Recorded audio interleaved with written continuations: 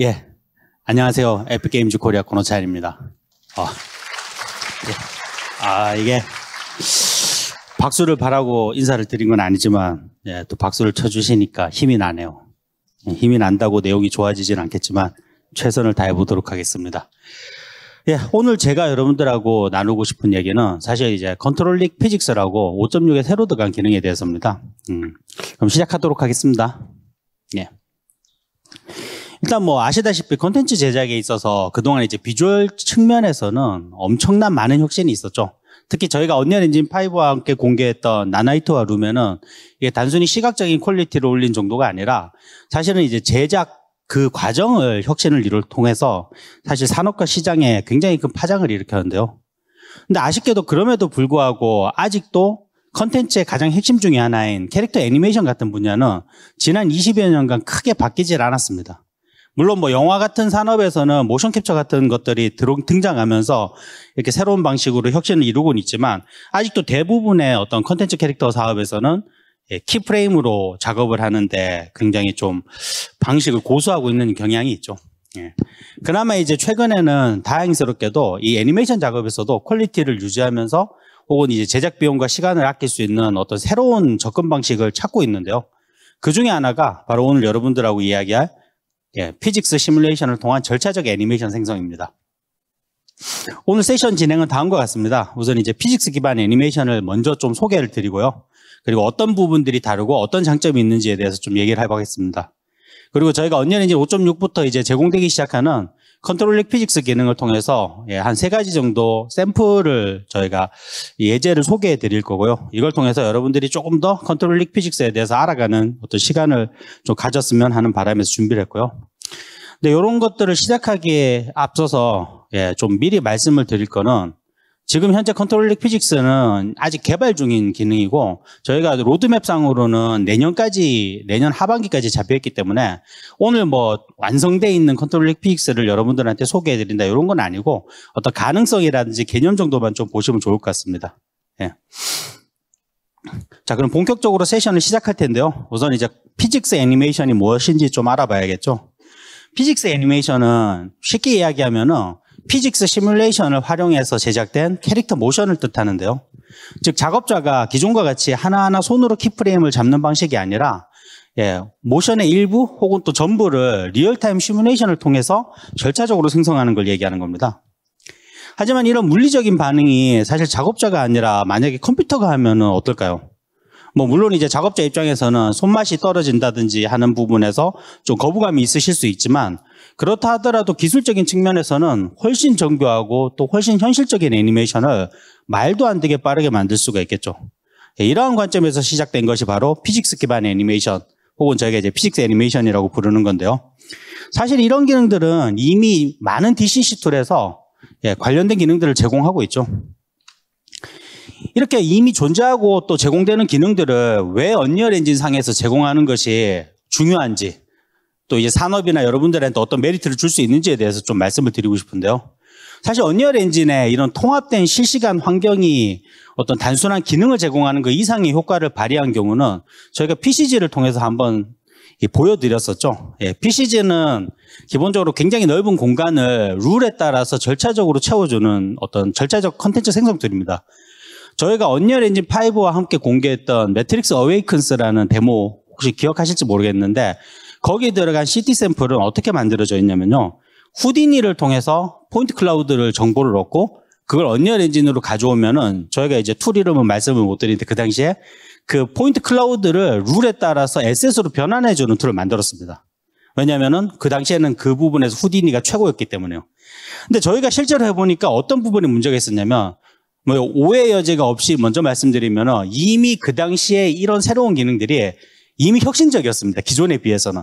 그럼에도 불구하고 저희가 결국은 후디니하고 함께 가는 길이 아니라 언리얼 엔진의 PCG라고 하는 새로운 절차적인 포인트 클라우드 생성 툴을 넣어버렸죠. 이런 어떤 일련의 과정들이 일어난 이유는 사실 결국 효율성 문제입니다. 여러분들 뭐 다들 아시겠지만 PCG라든지 머티리얼이라든지 이런 어떤 노드 기반으로 컨텐츠를 만드는 구성들은 저희가 스크립팅이라고 하니까 사실 프로그램이라고 오해하기 쉬운데 결국 이건 대부분의 RTS 하고 똑같습니다. 무슨 얘기냐면은 어떤 머릿속에 큰 어떤 흐름과 아키텍처 구상을 그리는 게 아니라 그냥 노드 한두 개 생각나는 대로 그냥 붙여보고 그다음 그게 작동하는지 안 하는지 한번 실행시켜보고 잘 작동하면은 감사해 하면서 하나 더 붙이죠. 이런 굉장히 작은 작업의 반복, 이터레이션이 결국은 컨텐츠를 불러일으키는데 근데 이런 관점에서 보면은 만약에 제가 포인트 클라우드 같은 것들을 제대로 붙었는지 확인하기 위해서 엔진으로 가져와서 빌드하고 최종 결과물을 확인하고 마음에 안 들면 다시 후디니로 가서 포인트 클라우드 다시 생성하고 엔진으로 가져와서 또 룰에 따라서 빌드하고 이런 것들이 너무 비효율적이었던 거죠. 그래서 저희는 이렇게 생각을 한 거죠. 만약에 이 포인트 클라우드를 생성하는 기능이 엔진상에 붙어 있으면 어떻게 될까?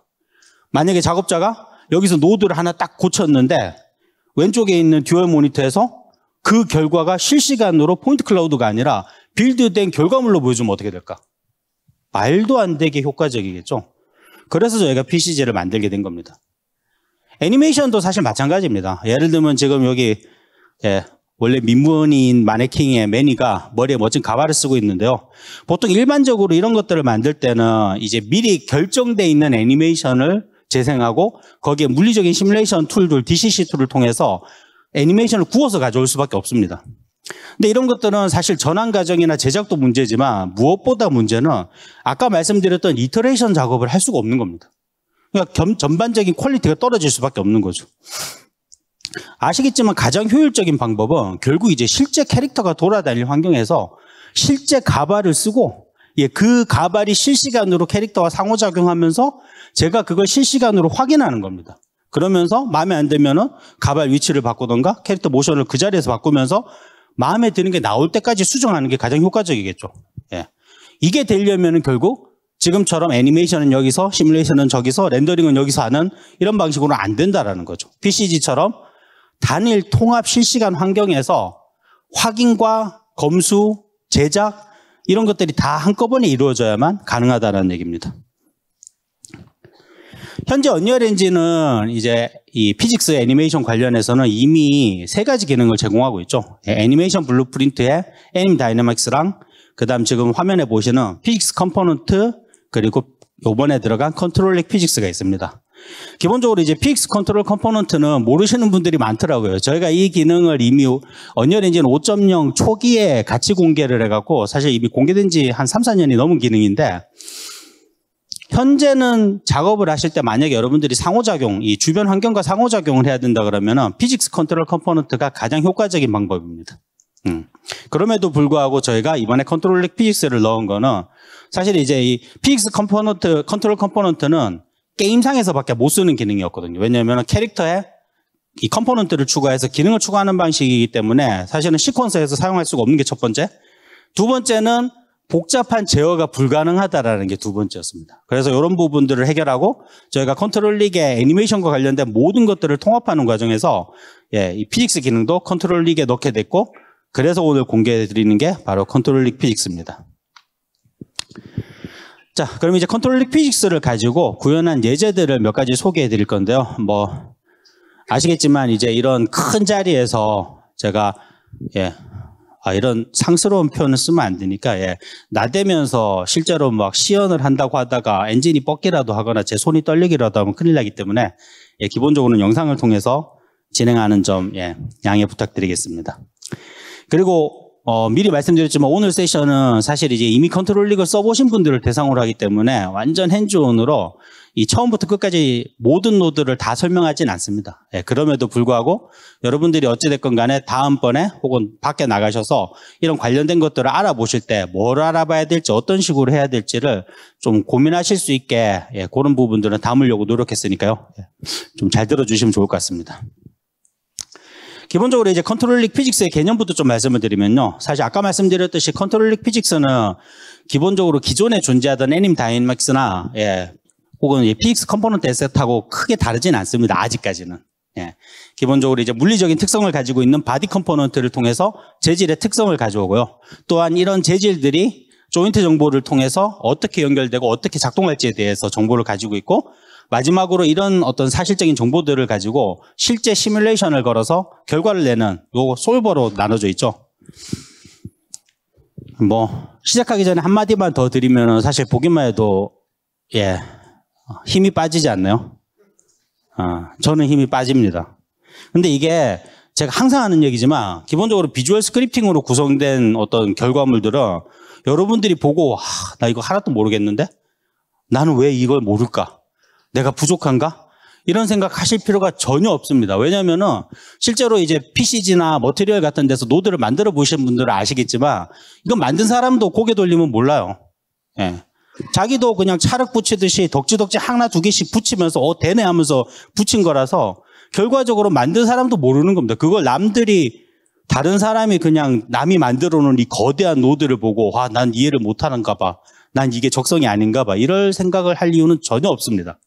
단지 순서대로 그냥 이 라인 되게 좋잖아요. 길 안 잊어먹게 순서대로 하나하나 그냥 똑같이 달아보고 테스트 하시면은 누구나 할 수 있는 거니까 그 부분 꼭 한번 시도해 주셨으면 좋겠습니다. 기본적으로 이 많은 분들이 또 모르시는 것 중에 하나가 사실 컨트롤 리그에 여러 가지 이벤트들이 있는데 크게 보면은 포워드 솔브, 컨스트럭션 이벤트 그리고 백워드 솔브라고 돼 있는데 이게 처음에는 사실 이해가 잘 안 됩니다.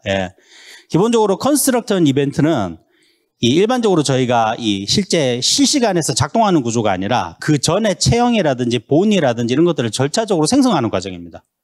여러분들 저희가 제공하는 마네킹 보면은 되게 신기하지 않으세요? 왜냐면은 매니와 퀸이 있는데 서로 체형이 다르잖아요. 근데 캐릭터를 교체해도 본들이 알아서 딱 제자리에 갖다 붙죠.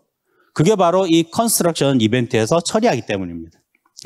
그 다음 포워드 솔브는 일반적으로 가장 많이 쓰는 방식인데요. 여러분들이 추가한 컨트롤을 수정하면은 거기에 대응하는 본을 수정하는 그런 로직입니다. 일반적으로 여러분들이 컨트롤을 가지고 리깅을 통해서 애니메이션 작업할 때 쓰는 솔브고요. 그다음 백워드 솔브는 반대로 이제 여러분들이 시퀀서에서 이미 만들어진 애니메이션을 가지고 그걸 수정하기 위해서 다시 컨트롤에 구워야 될 때가 있습니다. 그러니까 본의 정보를 컨트롤로 가져오는 거죠. 그래서 백워드 솔브가 있는데 일반적으로는 컨스트럭션 이벤트랑 포워드 솔브를 많이 쓰게 됩니다. 오늘은 아시다시피 이제 전반적으로 이런 컨트롤 리그에 대해서 다 얘기할 건 아니라서 우선 첫 번째 예제에서는 실제로 컨트롤 리그 피직스를 적용하는 방법을 좀 말씀을 드리겠습니다. 자, 우선 가장 먼저 해야 될 거는 지금 보시면은 피직스 솔버 컴포넌트를 추가했죠. 이 피직스 컴포넌트는 이후에 여러분들이 시뮬레이션을 진행하는 데 있어서 실제 움직임을 예측하고 계산하는 데 가장 핵심이 되는 데이터들입니다. 그래서 일반적으로 이렇게 가장 먼저 생성을 하고 특히 항상 변수로 저장해 놓는 게 핵심입니다. 왜냐하면 대부분의 피직스 관련된 노드에 이 솔버를 연결해야 되기 때문에 변수로 저장해 주시면 좋고요. 그 다음에 이제 지금 보시는 것처럼 저희가 바디 컴포넌트를 생성해야 됩니다. 아까 말씀드렸지만 바디 컴포넌트는 말 그대로 이 물리적으로 그 몸의 부위가 어떤 특성을 가지고 있을까를 나타내는 거죠. 근데 이제 이런 부분에 대해서 지금 보시면은 이 위에 이제 쇄골이랑 밑에 어퍼암, 로어암 그리고 핸드까지 따로 분리해놨죠. 이걸 따로 분리한 이유는 일반적으로 이제 이런 키네마틱이라고 해서 따라 움직이지 않는 시뮬레이션 되지 않는 본하고 시뮬레이션 되는 본하고는 분리해서 처리를 합니다. 왜냐하면 만약에 쇄골부터 팔까지 다 시뮬레이션을 걸어버리면 여러분들 팔이 그냥 늘어지거든요. 막 땅에 떨어지고 난리가 나겠죠. 그래서 일반적으로 몸의 모든 부위는 고정해야 될 축을 키네마틱으로 적고 나머지 거기 달려있는 부위를 시뮬레이션으로 처리를 합니다. 실제로 그 함수 안에 보시면은 똑같은 이제 피직스 컴포넌트인데 왼쪽에 있는 거는 키네마틱을 위해서 그냥 옵션만 저기 다른 거죠. 바디 데이터라는데 그냥 키네마틱으로 설정한 거고 오른쪽에 있는 거는 시뮬레이션으로 설정을 한 겁니다. 근데 여기 중간에 보시면은 이 드라이버 데이터라는 게 있는데 이게 굉장히 중요합니다. 일반적으로 시뮬레이션을 걸 때 여러 가지 사실은 알고 싶지 않은 수십 가지 수백 가지의 파라미터들이 있는데 그 중에서도 가장 중요한 게 바로 여기 이 한글 번역을 저희가 일단은 어떻게 하든 간에 로컬라이징이 가장 핵심 가치 중에 하나이기 때문에 각형 드라이브, 선형 드라이브 보통 여러분들이 딴 데 가시면은 리니어 드라이브, 앵귤러 드라이브라고 하는 그 드라이브 기능들이 있죠. 이게 뭐냐면은 시뮬레이션 속성 중에 이 모터가 원래 가지고 있는 어떤 위치와 각도를 유지하려고 하는 힘을 가지고 있는데 그 힘을 나타내는 기능들입니다. 이게 없으면은 일반적으로 시뮬레이션 걸자마자 그냥 낙지처럼 흐느적거리기 때문에 요거는 기본적으로 처음에 꼭 세팅해 놓으시는 게 좋습니다. 자, 이런 식으로 컨스트럭션 스크립트에서 솔버랑 바디 컴포넌트를 추가했으면은 그 다음에 이제 실제로 구동해야 될 처리들을 저희가 포워드 솔버에서 진행하도록 하겠습니다.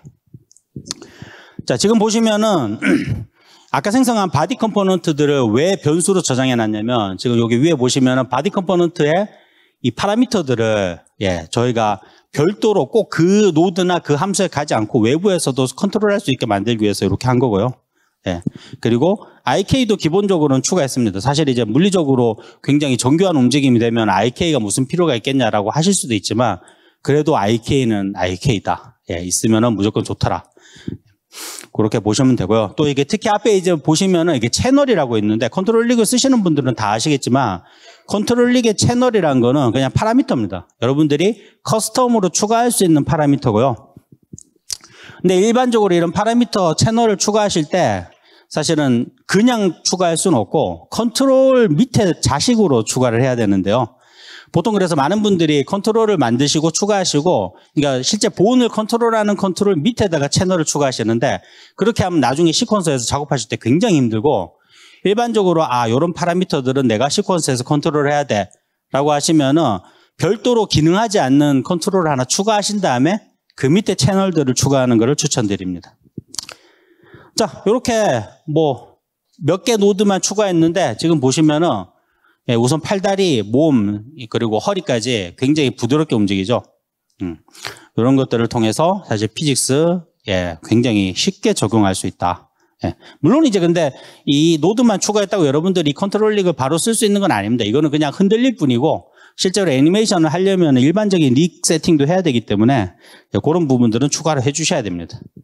뭐 그래도 이제 다행인 건 컨트롤 릭이 저희가 여러분들이 보기에는 정이 딱 떨어지고 하기 뗄 정도로 복잡하지만 그래도 저희가 어떻게 하든 굉장히 이제 강력하고 또 유연함을 중요시했기 때문에 지금 보시는 건 뭐냐면은 저희가 기본적으로 제공하는 마네킹의 어떤 컨트롤 릭에다가 방금 제가 만든 그 컨스트럭션 이벤트와 그리고 포워드 솔브에 들어가는 노드들을 그냥 갖다 붙인 겁니다. 이렇게 해도 잘 작동을 한다.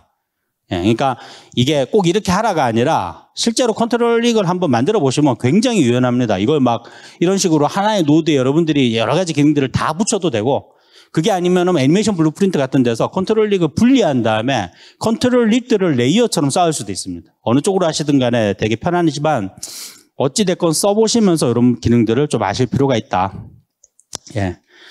요게 이제 일단 작업하면서 제가 팁도 좀 몇 가지 드리고 싶은데 요건 저도 요번에 준비하면서 알아갖고 여러분들한테 아는 척 하려고 가져왔는데 첫 번째로 지금 요 뷰포트 컨트롤 릭에 있는 뷰포트 보시면은 보통 이제 본을 그렸다 안 그렸다 할 때 항상 그 메뉴에서 골라야 되잖아요.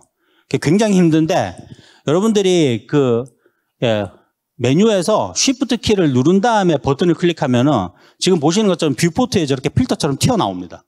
그래서 메뉴로 들어가지 않고도 이런 것들을 바로 수정할 수 있다. 두 번째는 이것도 저는 얼마 전에 알았는데 일반적으로 이 컨트롤 릭에서 뷰포트에서 여러분들이 컨트롤이라든지 보온을 움직이고 나면은 이걸 초기화 시킬 때 근데 컴파일 누르시지 않나요? 저는 이제까지 컴파일을 새로 걸었거든요. 근데 그러지 않고 뷰포트에서 컨트롤 G 버튼만 눌러도 초기화 되더라. 저도 항상 새로운 걸 알아가고 있습니다.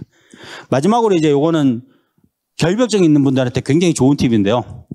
컨트롤 릭에 있는 함수 안에서는 이 입력에 있는 파라미터들을 꼭 실제 선으로 노드까지 연결 안 해도 됩니다. 지금 보시면은 아래쪽에 보시면은 오른쪽에 있는 노드 입력 핀에 그냥 직접 지정해서 연결된 걸로 칠 수 있습니다. 자, 이렇게 컨트롤 릭 피직스를 한번 적용해서 흔들어 봤으니까 두 번째는 이제 다른 형태의 예제를 한번 보여드리겠습니다. 이번 예제는 사실 피직스를 직접 거는 기능은 아니고요. 하지만 어찌됐건 간에 컨트롤 릭 피직스와 언리얼 엔진의 애니메이션 기능이 예전에는 이 에디터 모드와 그리고 이제 게임 모드 분리해서 갔다면 이게 점점 통합돼 가면서 그 경계를 없애려고 하고 있고 그런 점에서 굉장히 유용한 어떤 튜토리얼이라서 소개하고 싶어서 제가 가지고 왔습니다. 아시다시피 이제 보통 일반 게임에서는 캐릭터들이 이동할 때 어떻게 이동하나요? 애니메이션을 일일이 다 만드는 사람 없죠. 보통 저희가 스테이트 머신이라든지 복잡한 캐릭터 이동 로직들을 통해서 캐릭터를 그냥 조작만 해도 지가 알아서 속도라든지 방향이라든지 지형에 따라서 반응하잖아요. 근데 이게 5.6부터는 시퀀스에서도 가능해졌다. 지금 보시는 게 이제 이 게임이 아니고 시퀀서입니다. 시퀀서에서 속도에 따라서 이 말이 이 별도의 애니메이션을 지정한 게 아니라 자기가 알아서 이 발을 알맞은 속도로 애니메이션을 재생하는 기능이고요. 사실 이거는 뭐 시연용으로 제가 그냥 가볍게 만든 거라서 좀 가볍게 보이지만 구성하기에 따라서는 상당한 효과가 있을 겁니다. 왜냐면은 국내 애니메이션의 상당수가 사실은 시리즈잖아요. 결국은 같은 캐릭터가 이 애니메이션 안에서도 엄청 반복돼서 이동하고 애니메이션들이 나온단 말이에요. 근데 이런 것들을 아무리 간단하다 하더라도 매번 이동을 애니메이션을 조합하고 시퀀서나 클립을 조합하는 건 사실 비용이 많이 들죠. 근데 만약에 게임처럼 여러분들이 그냥 그 레이아웃이나 샷에서 스플라임 하나 그려놓으면 그럼 캐릭터가 거기에 알아서 그 속도에 맞춰서 걷는 거예요. 근데 이거 좀 동선이 안 맞는데 그러면 스플라임을 수정하면 엄청 편하겠죠. 그게 이런 기능이라고 볼 수 있습니다. 기본적인 구조는 애니메이션 블루프린트에서 이 캐릭터 블루프린트의 이동 속도를 가지고 와서 이 해당 속도에 맞는 이 모션을 애니메이션 블루프린트가 출력하는 게임에 쓰는 방식입니다. 근데 이제 문제가 뭐냐면은 원래 애니메이션 블루프린트는 시퀀스에서 작동을 안 합니다. 애니메이션 블루프린트는 원래 게임용이고 그래서 이전에는 방법이 없었는데 저희가 이 공식적으로 아직 노출된 기능은 아니지만 5.6에서 이 시퀀서에서 캐릭터를 스켈레톤 메쉬를 추가했을 때 그 스켈레톤 메쉬의 애니메이션을 이제 좀 더 자유롭게 여러분들이 선택해서 쓸 수 있도록 기능들을 지금 추가하고 있고 그 일환으로 5.6은 이미 여러분들이 캐릭터 스켈레톤 메쉬를 시퀀스에 넣잖아요. 근데 거기에 트랙에 애니메이션이 없으면은 자동으로 애니메이션 블루프린트가 작동하게 돼 있습니다. 물론 그렇게 작동하길 원하지만 아직은 버그가 있어서 작동을 안 하고요. 그래서 오늘 시연에서는 그거 우회하는 방법을 좀 말씀을 드리려고 합니다. 우선 이제 애니메이션 블루프린트에 이 보시는 요 애니메이션 업데이트 이벤트는 기본적으로 작동을 안 하기 때문에 이게 애니메이션 블루프린트에서 뭔가를 계산할 수는 없고 캐릭터 블루프린트에서 계산을 해서 애니메이션 블루프린트에 있는 변수에 강제로 집어넣어야 됩니다. 그 로직 중에 하나인데 근데 요게 뭐 여기는 다 디자이너 분들이 오신 거겠죠? 일반적으로 프로그래머들한테는 할 필요가 없지만 이 디자이너분들이 짠 노드들 보면은 형 변환을 이제 매 프레임마다 거시는 분들이 굉장히 많아요. 그래서 요 로직은 한번 익혀두면 여러 가지로 쓸모 있다. 왜 쓸모가 있냐면은 이 로직은 이 유효 매크로를 이용해서 체크하는 건데 기본적으로 어떻게 작동하냐면은 해당 변수가 비어 있을 때는 형 변환을 걸어요. 근데 한 번이라도 형 변환이 성공하면은 그다음부터는 형 변환을 건너뛰는 로직입니다. 이게 왜 필요하냐면은 기본적으로 블루프린트 클래스 같은 경우는 액터들은 아시다시피 인게임에서 이 작동 순서나 이 생성 순서를 보장할 수가 없어요. 뭐가 먼저 생길지 모르거든요. 그렇기 때문에 다른 인스턴스로부터 정보를 가져올 때 실패하는 경우가 되게 많습니다. 기본 개념이 없으면. 근데 이 로직을 쓰면은 뭐가 먼저 생기든 에러를 뿜지 않고 값을 얻을 때까지 형변환을 하다가 얻고 나면 그 다음부터는 형변환을 하지 않는 구조라서 요 로직은 여러 가지로 많이 쓰입니다. 그리고 이제 하나 더 말씀드리면 저기 오른쪽에 보면은 이 get component velocity인데 일반적으로 이제 언리얼 엔진에서 이 액터들의 속도를 구할 때는 get velocity를 많이 쓰시죠. 근데 이것도 시퀀서에서 작동을 안 하더라고요. get velocity가. 근데 이걸 어쩌나 그냥 매 프레임마다 좌표를 다시 불러와서 그걸 계산할까 했는데 get component velocity는 작동을 하더라고요. 그래서 get component velocity를 쓰시면 된다. 캐릭터 블루프린트의 이벤트를 강제로 시퀀서에서 작동하는 방법은 사실 이미 많은 튜토리얼들이 있어서 간단하게 설명을 드리고 넘어가겠습니다. 뭐 하는 방법은 되게 간단한데요. 시퀀서에 가셔서 이벤트 트랙 추가하시고 그리고 거기다가 이제 트리거 말고 리피터로 왜냐하면 재생 구간 동안 계속 작동해야 되니까 리피터로 추가하시고 거기에 이제 시퀀서 디렉터 블루프린트를 통해서 강제로 해당 캐릭터의 블루프린트에 커스텀 이벤트를 호출하면 됩니다. 당연히 이제 이 방식을 이용하면은 컨트롤 릭을 이용해서 여러분들이 뭐 많이 보셨듯이 막 지형에 따라서 캐릭터가 자동으로 움직인다든지 혹은 또 이제 저희가 지금 공개하고 있는 모션 매칭 기능들 있죠. 이 모션 매칭 기능들도 함께 섞어서 사용하는 것들이 가능합니다. 이 앞서도 말씀드렸지만 저희는 이제 가면 갈수록 에디터 모드와 게임 모드의 경계를 없애려고 하고 있습니다. 왜냐하면 처음에 언리얼 엔진이 만들어졌을 때는 사실 에디터 모드라는 건 없었죠. 시퀀서도 없었고 그냥 게임에서 작동만 하면 되는 거잖아요. 근데 시퀀서가 생기고 빅게임 쪽에 엔진이 많이 쓰이면서 지금은 사실 어떻게 보면은 굉장히 과도기적인 상황이거든요. 왜냐하면 같은 이 기능이나 어떤 클래스들의 어떤 동작이 어떤 데선 되고 어떤 데서는 안 되잖아요. 그래서 이런 부분은 저희가 계속 개선해 나갈 거다. 마지막 시연은 이제 컨트롤링 피직스를 활용해서 좀 더 복잡한 캐릭터를 만들어 보는 건데요. 당연히 이제 시간 관계상 뭐 하나하나 노드를 다 설명드릴 수는 없지만 어떤 방식으로 이런 것들을 만들었는지에 대해서 좀 설명을 드리려고 합니다.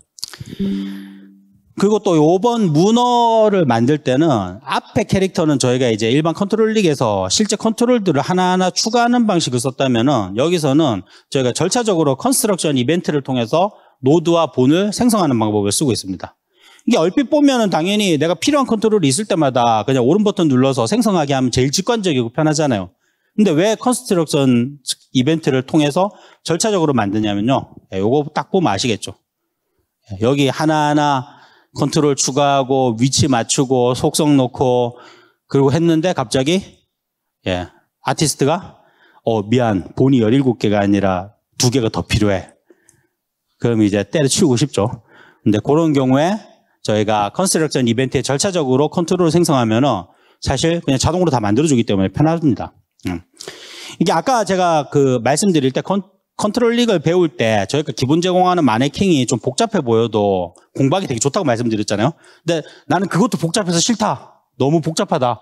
하시면은 저희가 탭에다가 컨트롤링 샘플팩이라는 걸 제공하고 있는데 여기 가시면은 마네킹보다 훨씬은 아닙니다.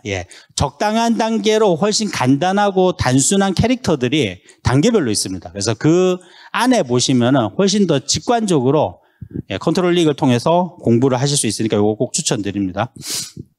작동 방식은 뭐 거의 비슷합니다. 다른 게 뭐냐면은 앞에 캐릭터는 컨트롤을 오른 버튼 클릭해서 본에다 직접 만들었다면 지금은 컨스트럭션 이벤트에 지금 보시는 컨트롤 스택 앳 아이템이라든지 컨트롤 스택 앳 포인트라고 하는 이 컨트롤링을 생성해주는 노드를 사용합니다.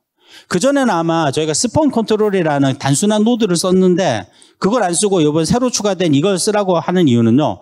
기존 방식은 컨트롤을 만들고 나면은 절차적으로 만들어봐야 이걸 다시 여러분들이 계층 구조라든지 속성들을 추가하기 위해서 노드를 추가할 수밖에 없었거든요. 근데 지금 보시면은 이 노드 같은 경우는 생성하면서 컨트롤에 필요한 모든 세팅을 할 수 있습니다.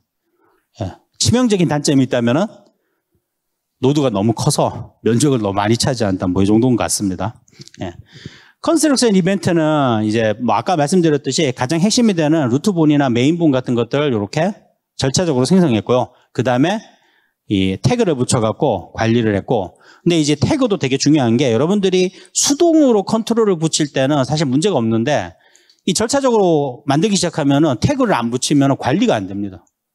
내가 이거 언제 어디서 만들었는지도 모르고 그래서 항상 태그를 붙이는 습관을 들여라. 근데 이제 태그라는 게 뭐 아시겠지만 안 붙이면 관리가 전혀 안 되는데 또 너무 많이 붙이면 너무 많이 붙이는 대로 문제가 되죠. 나중에 본이 막 태그를 한 10개씩 달고 다니면은 이게 태그인지 꼴인지 알 수가 없게 되더라고요. 그리고 이제 이번 작업의 이 꽃이라고 할 수 있는 촉수 부분인데요. 촉수를 일반적으로 캐릭터 같은 경우는 보통 2본이나 3본 아이케를 쓰잖아요. 근데 이 촉수 같은 경우는 본이 17개나 있기 때문에 일반적인 아이케를 쓰면 퀄리티가 잘 안 나옵니다. 그래서 어떻게 했냐면은 여기서는 본에 대응하는 컨트롤을 추가해서 직접 컨트롤하는 게 아니라 스플라인을 통해서 제어를 합니다. 무슨 얘기냐면은 본 위치를 통해서 스플라인을 생성하고 그 스플라인에 내가 원하는 수만큼 컨트롤을 균형 있게 배치한 다음에 이 컨트롤이 스플라인을 조정하면은 본이 따라 움직이게 만들었습니다. 이 방식 자체는 여러분들 이거 끝나고 나서 유튜브 가시면은 날고 기는 분들이 많이 설명했기 때문에 이런 경우에는 스플라인을 쓰면 훨씬 유리하구나. 이 정도만 보셔도 될 것 같습니다.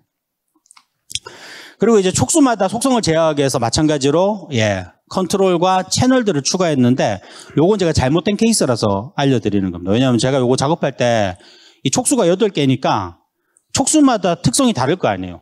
어떤 촉수는 좀 더 텐션이 있고 어떤 촉수는 좀 더 가벼웠으면 좋겠다 그래서 이걸 촉수마다 추가했는데 나중에 시퀀스에서 작업하는데 미치겠다. 죄송합니다. 굉장히 어렵더라고요. 왜냐하면은 막 시퀀스 자체가 사실은 트랙이 많아지면 굉장히 힘든 부분도 있는데 거기에 막 8개로 나눠진 촉수에 똑같은 이름의 파라미터와 채널들이 막 갖다 분리되니까 관리가 안 되더라고요. 그래서 요거는 반면교사로 여러분들이 작업하실 때는 그냥 하나의 컨트롤에 다 모아서 하시라 라고 했고요. 또 요 노드도 굉장히 편합니다. 컬러라이즈 컨트롤이라고 해서 여러분들이 이제 컨트롤을 만들고 나서 보통 이제 형태라든지 색깔이라든지 이런 거 조정하잖아요. 보통 우리가 왼팔은 파란색, 오른팔은 빨간색 이런 거 하는데, 근데 이게 절차적으로 만들면은 나중에 다 하기가 되게 어렵습니다. 막 수백 개씩 되는 컨트롤들을 색깔 바꾸기가 어려운데, 요 컬러라이즈 컨트롤을 사용하시면은 굉장히 효과적인 게, 여러분들이 뭐 위치라든지 이 대칭이라든지 혹은 태그라든지 이름 같은 걸 이용해서 일괄적으로 싹 다 색깔과 모양을 바꿀 수가 있습니다. 요거 많이 쓰시면 좋다.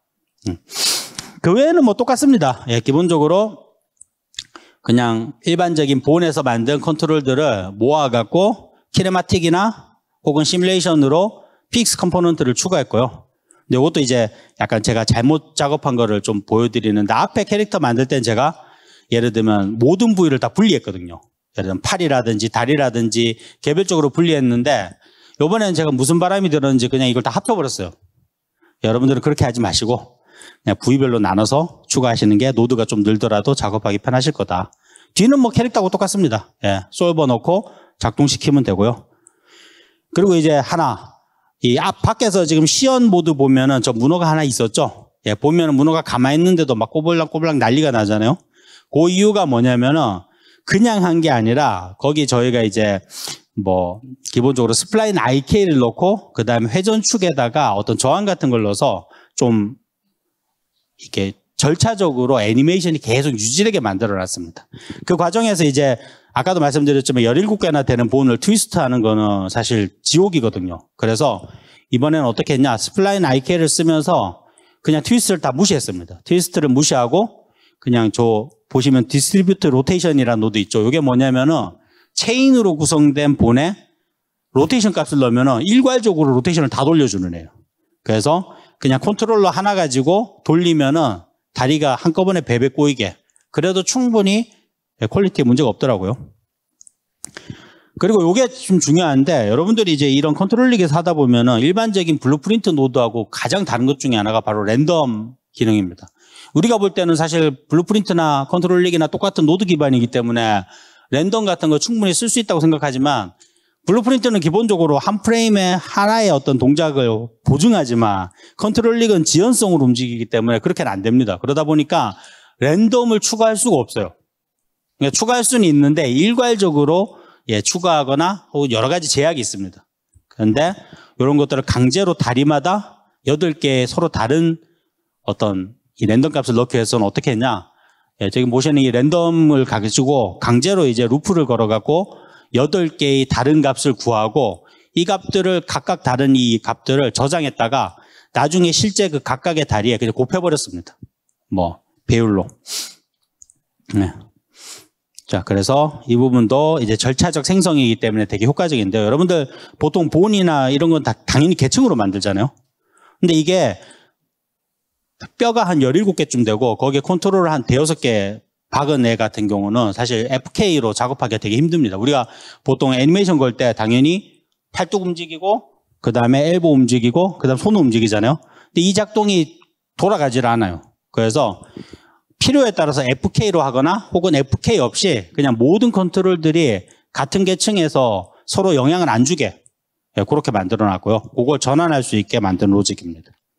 마지막으로 이제 저희가 하모닉이라는 함수를 통해서 좀 이렇게 생동감 있게 꾸물렁거리는 기능을 넣었는데 이건 별건 아니고, 하모닉이라는 거 다 처음 들어보시죠? 저도 이번에 알았거든요. 그러니까 기본적으로 동일한 병렬로 구성된 이 본이 일괄적으로 똑같은 각도로 움직이면은 고사리처럼 이렇게 끝이 말리게 되더라고요. 이게 하모닉 운동이라고 하더라고요. 그래서 저도 이번에 알았는데 그 하모닉 함수를 통해서 이 각 본에 좀 꼬불랑거리는 걸 줬고, 아까 제가 말씀드렸던 랜덤으로 저장했던 값들을 중간에 넣어서 촉수마다 서로 다른 속도로 움직이게 작업을 했습니다. 뭐 그 외에는 똑같습니다. 어차피 마지막에 스텝 솔버 넣어서 시뮬레이션을 걸어야 되니까 그렇게 해서 만든 게 지금 보시는 요 영상입니다. 좀 징그럽긴 한데 또 이런 걸 즐기시는 분들이 있어서 용기를 내서 한번 만들어 봤습니다. 자, 이게 사실은 오늘 드리고 싶은 말씀인데요. 지금까지 몇 가지 예제를 통해서 제가 언리얼 엔진에서 피직스 시뮬레이션을 통한 절차적 애니메이션을 좀 살펴봤는데요. 이번에는 언리얼 엔진과 에픽게임즈가 현재 개발 중이고 또 준비 중인 피직스 기반 애니메이션의 방향에 대해서 한번 말씀을 드리겠습니다. 우선 이번 언리얼 엔진 5.6에서 컨트롤릭 피직스를 소개하고 또 기존에 있던 다른 데 있던 피직 로직들을 컨트롤릭이 통합하고 있는 키트를 마련했는데요. 더 나아가서 올해 저희가 이제 이 각자 내 컨트롤이 아니라 이 릭 외에 있는 환경에 있는 액터들이나 컴포넌트들과도 상호작용할 수 있는 기능을 제공을 할 예정입니다. 뭐 예를 들면 이런 것들이 가능하겠죠. 여러분들 만약에 이게 그냥 일종의 밈이더라고요. 이런 표현을 저도 원숭이 얘기하긴 싫은데 다 그렇게 쓰니까 나뭇가지에 매달린 원숭이를 만들 때 어떻게 만들어요? 보통 지금은 나무에 원숭이가 매달리고 그다음 나무가 휘어지는 걸로 키를 잡고 그다음 그 휘어지니까 또 원숭이가 이렇게 흔들거리는 걸 또 키로 잡잖아요. 근데 저희가 올해 이 공개할 기능들을 사용하면은 그냥 원숭이가 팔을 걸고 있는 포즈를 잡은 다음에 나무에 걸기만 하면은 알아서 무게에 의해서 나무가 휘청거릴 거고 그 휘청거림이 원숭이의 애니메이션에 영향을 줄 거고 그 원숭이의 애니메이션이 흔들거림이 다시 나뭇가지를 흔드는 그런 것들을 절차적으로 만들 수 있게 저는 지금 준비하고 있습니다. 내년에는 저희가 완전한 이제 PX 기반의 포즈 애니메이션 기능도 제공할 건데요. 이건 뭐냐면은 지금은 아까 보셨지만 직접 여러분들이 입력한 어떤 바디 컴포넌트의 속성값을 통해서 시뮬레이션이 걸리잖아요. 그게 아니라 실제 여러분들 각 몸의 부위가 어떻게 운동량을 가지고 있는지 또 각 몸의 무게가 어떻게 중심을 잡고 있는지 이런 것들을 통해서 적당히 포즈를 잡으면은 물리적으로 가능한 포즈를 자동으로 만들어주는 기능을 저희가 추가할 생각입니다. 당연히 이런 모든 기능들은 그냥 릭에서만 움직이는 게 아니라 릭 외부에 있는 상호작용, 다른 캐릭터들이라든지 환경과 반응하게 될 겁니다. 최종적으로 내년 하반기에는 저희가 이런 것들을 다 통합해서 애니메이션 제작 방식 자체를 저희는 바꾸려고 하고 있습니다. 예. 기본적으로 애니메이션을 제작하는 모든 과정들을 다 물리 기반으로 옮길 생각이고요. 이걸 통해서 저희는 궁극적으로 여러분들이 애니메이션을 만들 때 더 적은 노력으로 더 직관적이고 더 빠르고 더 효과적인 결과물들을 낼 수 있도록 준비 중입니다.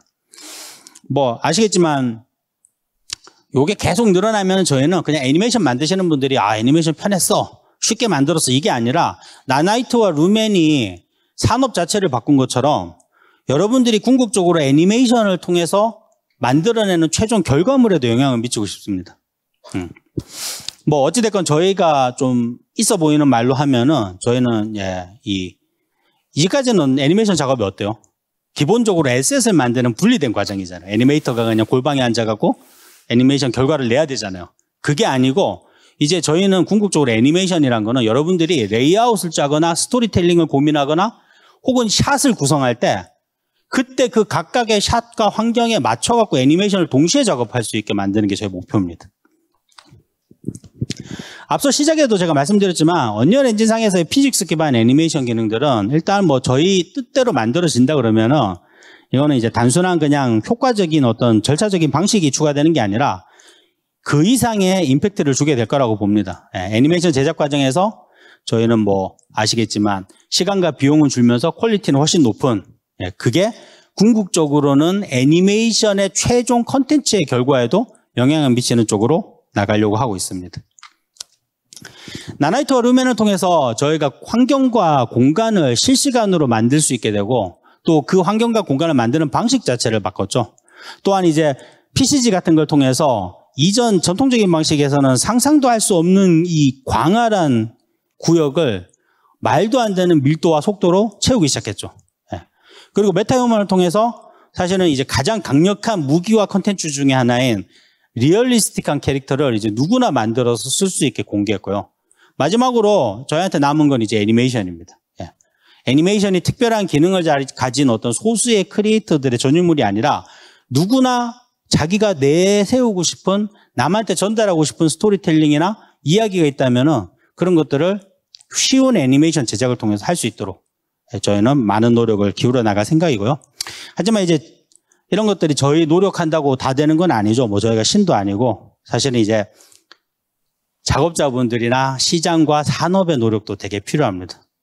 좀 싫은 소리 좀 하자면은 아시겠지만 철도가 엄청 융성하던 시대에 처음 자동차가 나왔을 때 사람들이 뭐라 그랬어요? 물론 자동차의 잠재력과 가능성을 본 사람들도 있죠. 하지만 대부분은 이렇게 얘기하죠. 얘는 왜 이렇게 수송 능력이 적지? 예. 얘는 왜 내가 일일이 불편하게 운전을 해야 돼? 얘는 왜 내가 주차를 하고 이런 걸 해야 돼? 왜 자동차는 완벽한 기차의 특성과 이런 모든 장점들을 가지고 상위 호환으로 되지 않아? 왜냐하면 그런 건 불가능하기 때문이죠. 만약에 자동차가 완벽하게 기차의 모든 특성과 장점을 가지고 만들어진다면 그거는 자동차로서의 잠재력이 하나도 없는 그냥 기차일 뿐이죠. 예. 저는 언리얼 엔진도 마찬가지라고 생각합니다. 예, 뭐 공공연하게 라이센시들한테 할 수는 없는 얘기지만 사실 당연히 기존의 오프라인 렌더링이 가지는 특성 중에 일부를 저희는 어떻게 하든 대체하고 더 좋게 만들려고 노력은 합니다. 노력은 하지만 그렇다고 해서 언리얼 엔진이 완벽한 오프라인 렌더러를 대체할 수는 없습니다. 왜냐하면 저희가 추구하는 바가 오프라인 렌더링이 아니거든요. 결국 저희가 만약에 리얼타임이 가지는 그걸 달성하려면 리얼타임이 가지는 모든 잠재력과 장점을 버리는 수밖에 없어요. 그럼 그건 언리얼 엔진이 아니죠. 물론 저희는 앞으로도 이 기차의 장점을 계속 흡수하기 위해서 노력을 할 겁니다.